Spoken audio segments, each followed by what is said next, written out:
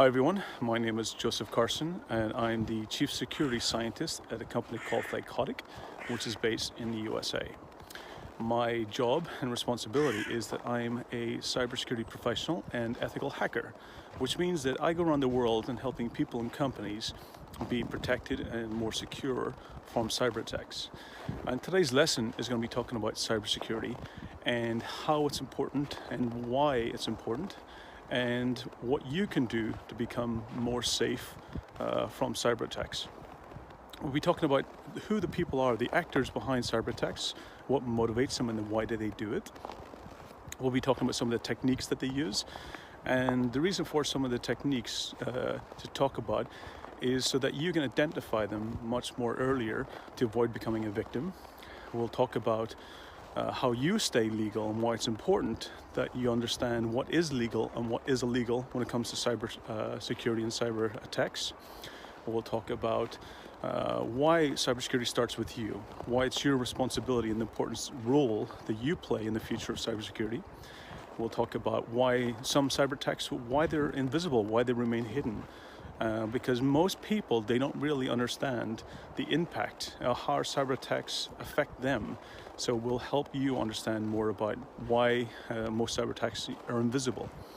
And we'll talk about also how you can make a difference, what things you can do today in order to better protect yourself in the future from cyber attacks. Hi everyone, here I am at Kensington Palace in London. And what I want to explain to you is really get to the very basics, is about what is cybersecurity. And cybersecurity is actually very simple. What cybersecurity is basically stopping anyone, bad people, cyber criminals, bullies, whoever it may be, from getting access to your computers, to your laptops, to your phones, to your tablets, to any of the applications or software that you're running, or even to your data. So cybersecurity is really about just making sure that anyone can't access your information who should not have access to it. So when I'm not traveling around the world or doing workshops or speaking at conferences, I'm typically here in Estonia, in my office, doing research, enhancing my skills, learning new techniques, playing with my gadgets to really kind of enhance my skills. So one of the things I wanted to, while I'm here, is to educate you on the risk actors. These are the people referred to who actually carry out cyber attacks. So let's start these are not all of them, just a few selective of those who perform cyber attacks. But let's start with script kiddies. Script kiddies are those who are really kind of learning new skills. They're enhancing their cyber techniques. They are very technical savvy. And they're typically sometimes, testing out what they've learned on YouTube or other kind of communities or peers, and they're doing it in the real world. And just the main motivation is curiosity. They want to see, what they learned. Is it able to actually do it? So with script kiddies, sometimes they're on the verge of actually doing illegal activities.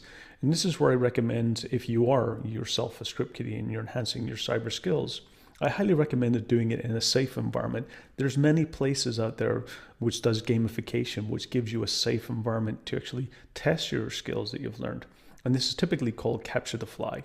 There's many around the world and many of them online.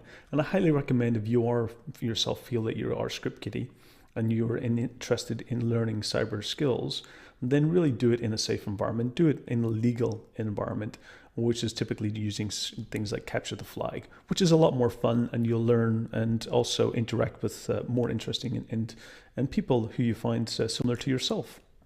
You might even meet some new friends. Other areas we find is organized crime. These are the evil, bad people that typically today, most criminal activities is now done online, digitally. And the main motivation of organized crime is typically financial. They're typically motivated by money. And they're doing everything they possibly can, bad activities, in order to steal money from you, your family, and people in organizations and companies. So this is typically using their skills for bad activities, which is typically looking to make money out of it. So organized crime are using cyber attacks in order to do those types of activities. We also see cyberbullying. Cyberbullying, typically you've seen bullying in the schools and playgrounds where people, gang up on individuals and abuse them and call them names, etc. And of course, in the cyberspace and internet, we're seeing it online as well. Cyberbullying is something that is growing, and I highly recommend to avoid it. If you do see it, or you are yourself a victim of cyberbullying, or you are also carrying out cyberbullying, I recommend to not do it. And if you do see it, speak out. Tell someone who you trust, a family member, a brother or sister, a parent. Do notify someone. It's important to speak out, and do not let cyberbullying go hidden and unspoken about. It's important to make sure that you help and empower and give a voice to make sure that cyberbullying is reduced, because it does impact people. It is abusive, and it is something that's not nice to see and not nice to actually do. So do make sure that you avoid and help others when cyberbullying is seen. We also do see nation states, which are countries, which are carrying out cyber attacks as well. And they're typically doing it for economic advantage, for gathering intelligence or trade secrets. And most nation states are doing it. It's a very small amount of cyber attacks, usually less than 1% of all attacks. But however, it makes big news. It makes it into the headlines. So it's really important that we do see them, and it does make the news. They are a very small amount of them. And then we also see terror groups which are doing it for destructive reasons. They're doing it for recruiting people to do bad things. It's something as well we see quite often. And it's really bad. It's something that you do not want to get involved into and stay away from, because it is typically very illegal activities. So these are just a few of some of the actors that we see out there. But I highly recommend that if you are interested, do it in a safe environment and do get more involved in things like capture the flag. It's a much more fun way to learn new cyber skills. So as I mentioned, what are some of the hacker techniques that's used out there? And I think this is some of the important things that you can learn. The more you understand how hackers target and how they gain access to your password or your email, or steal your pictures or your videos, or really steal information from your devices, knowing these techniques will really give you an understanding and advantage. So what are the most common techniques that hackers use today? Well, the first one, it still continues to be email. Email is still the #1 way of actually compromising or stealing or getting access to people's systems. We've also seen it moving into social media or chat systems, messengers. We've seen it through, for example, WhatsApp or Snapchat and so forth. So it's still the primary method is getting somebody to click in something or actually open an attachment. And these are the things you have to be aware of, is how can you identify? And some things you can identify, for example, here is checking who the sender is, or checking the hyperlink, or looking for suspicious things that mistakes, or in where actually the subject or where this link is taking you to before even clicking on it. So really identify before you actually open an attachment or before you do something, that are you expecting it, and is it something that's suspicious? If it is suspicious, don't click on it, don't open it, because ultimately what it's trying to do is gain access to your system. It's trying to steal your data or get you to give your password away. In most cases, your password is the only thing that's protecting your systems or your devices. And by giving that away, it gives a criminal or an attacker access to that as well. So try to avoid and try to be more cautious. Try to think twice before clicking on something, and make sure, is it something that is expected? This particular one was a very common one last year, where actually this was an image of basically an attachment. And when people clicked on it, it actually took them to a login page. And when they actually entered their email address or login, this was actually giving a criminal access to their email accounts. So something you should avoid doing, something you should be more cautious about. So this is a common way that actually most hackers still use today to gain access to your information.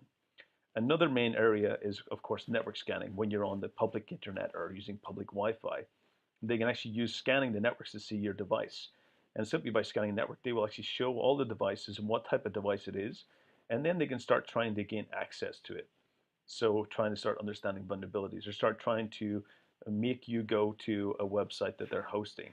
So this is something, looking at network scanning is another common way. And this is a tool that I also use in order to help me identify who else is on the network, and potentially if they're doing any criminal type of or bad activities. So these are common things that hackers use. in order to try and simply steal your password or gain access to your email account or steal your data like photos and your personal information. So why most of the times do you not see cyber attacks? You know, sometimes you only hear about it on the news from other people, and in most cases you don't see it. And the main reason is that, you know, some cyber attacks, they do damage software and applications and equipment and so forth, so they make them unavailable. So that's when you really hear about them. But most cyber attacks are actually hidden. Cyber criminals do not want to be found.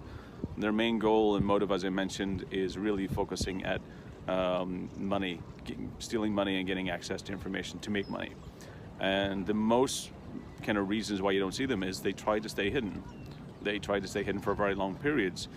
And in many cases, sometimes your data is probably already been stolen, but maybe not from your actual device, but from the internet services that you're using, whether using some social media or some cloud storage or some chat application. It's very likely that those are the ones that's been hacked, and therefore your data's been stolen from them, not actually from your device itself. So this is why so many times you don't see the cyber attack impacting you directly. In most cases, it's your data being stolen and lost.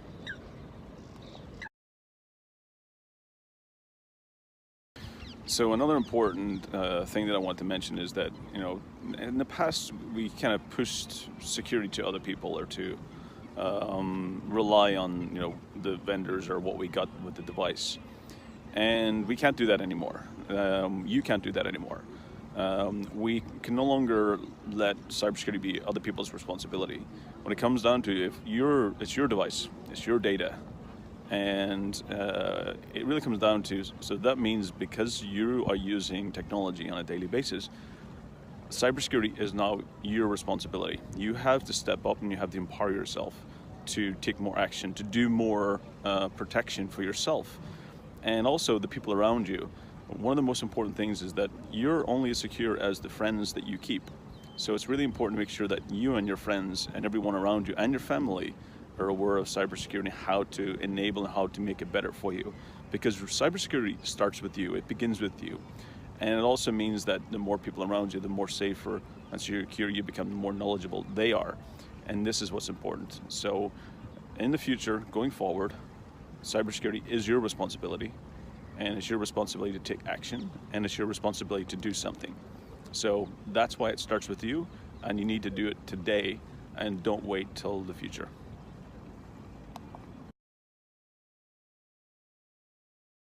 Sometimes, and it is more often than usual, is that sometimes you lose your phone or a laptop or a device that has all your information on it, or it gets stolen.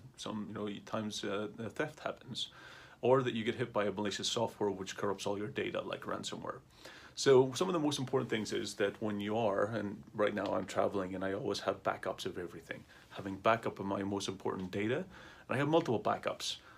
So from my phone, I end up having a backup to my own cloud, my cloud data, which I can restore my phone and access it immediately. So some things, if you're using iPhone or other types of phones, you have things like iCloud, which, for data backups are sufficient and are good. For my most important data though, my sensitive data, I don't back up to the cloud. I also have another hard drive that I back up to as well. So I make sure that I have multiple backups of the actual operating system and application, everything I use, and also backups of the most sensitive data. And I have both 2 copies of everything to make sure that at least that if one does get lost or stolen or so forth, that I have the ability to get it back again. So one of the most important things today, and to be safe, and to make sure that your photographs and your schoolwork and everything you're doing, that is now, most things, your music as well, is all digitalized. So the most important thing is to make sure that you never lose it, and always have a backup. So hi everyone, so what you can see here, I'm actually at Tallinn Airport. And one of the things that I usually find when I'm traveling or out in cafes or meeting friends is that you get kind of tempted to use public Wi-Fi, use the internet access, because sometimes you have limited on your phones or tablets, etc. So one of the things I always be very aware and cautious is that when using public Wi-Fi, it's not secure. And always assume that someone is watching you, someone can see the data that you're actually transferring, whether it being photographs or communications or even just chatting with friends. So when using public Wi-Fi, just be very careful. Stay away from using any types of, don't change your password when you're on public Wi-Fi. Do not sensitive data, like don't do any financial transactions. So always be careful. Public Wi-Fi, tend to use your mobile data on your tablets or phones more than using public Wi-Fi. And if you do have to use public Wi-Fi when you're traveling in hotels or meeting with friends, just be careful what you're actually sending across it. Always assume that someone is able to see your data, or someone's watching over your shoulder. Because most cases, public Wi-Fi is not secure. It's open, unprotected, and it allows anyone to actually access the information that you're transmitting. So always beware of public Wi-Fi.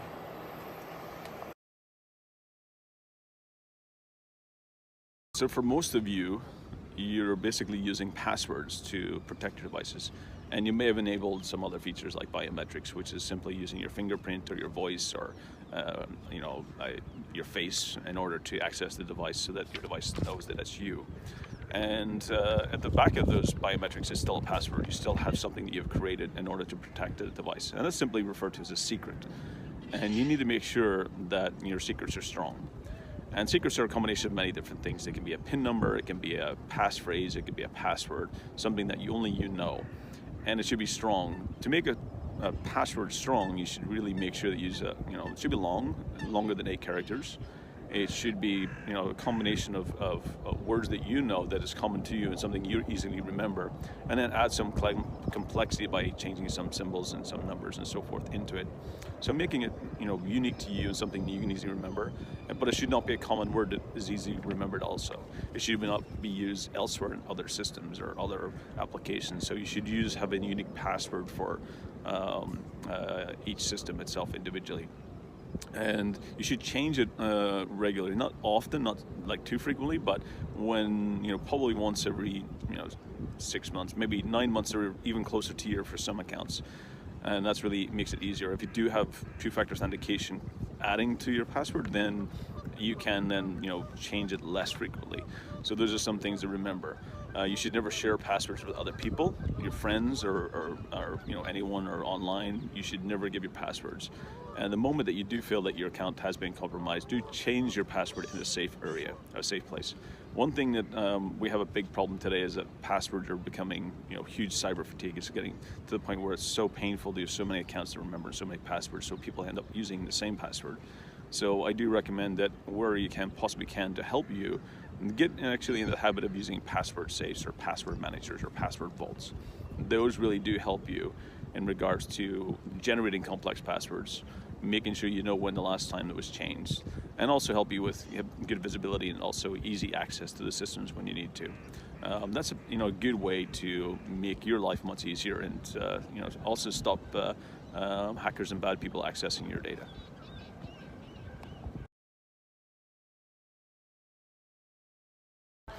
So now I've explained to you what a strong password is. What is a weak password? A weak password is something that is commonly known. It's a word from the dictionary. It's a word from a language. It's something that's not a secret. It's something that everybody knows. It's short. You haven't changed it in a long time. It's probably already been disclosed as part of another breach. So a weak password is something that should not be your family's name. It shouldn't be a child's name. It shouldn't be a date of birth. It shouldn't be a pet's name, your favorite color, your car, your first school. It should be not something that can easily be found on the internet. So to make sure that you don't use weak passwords like those, because one thing is definitely sure is that it's very easy for hackers and cyber criminals to easily guess them and gain access to your actual data. So make sure you avoid using weak passwords.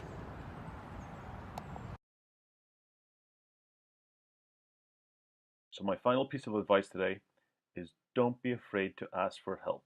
If you see something suspicious, ask somebody to take a look at it.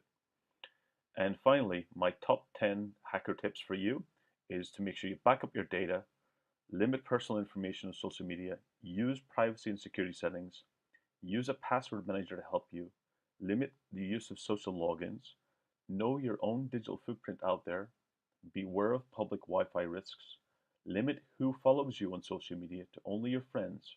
Keep software updated and think twice before you click on something.